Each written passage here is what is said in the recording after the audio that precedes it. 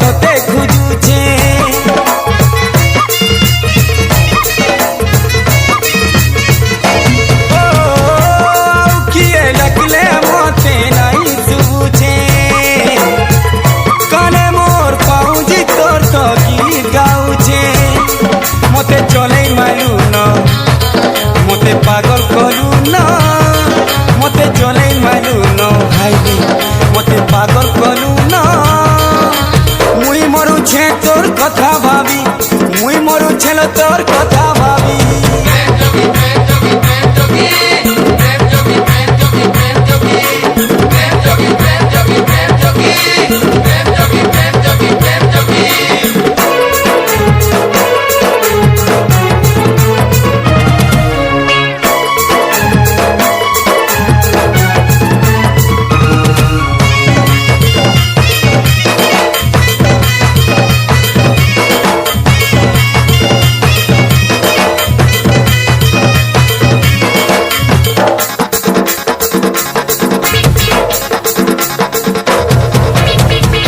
आँखी तोर झोले पानी मोर दिल कांदू छे छाके तोर छीले किएलो मोते बाधू छे।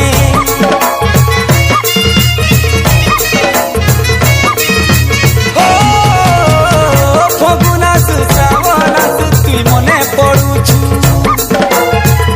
दिल के मोर जाने करी ती काना पाउछु मोते मोहनी देलू कामुरी कलू मोते मोहनी देलू कामुरी कलू ए झिलिमिली आँखी ने तोर गली डूबी झिलिमिली आँखी ने तोर गली डूबी।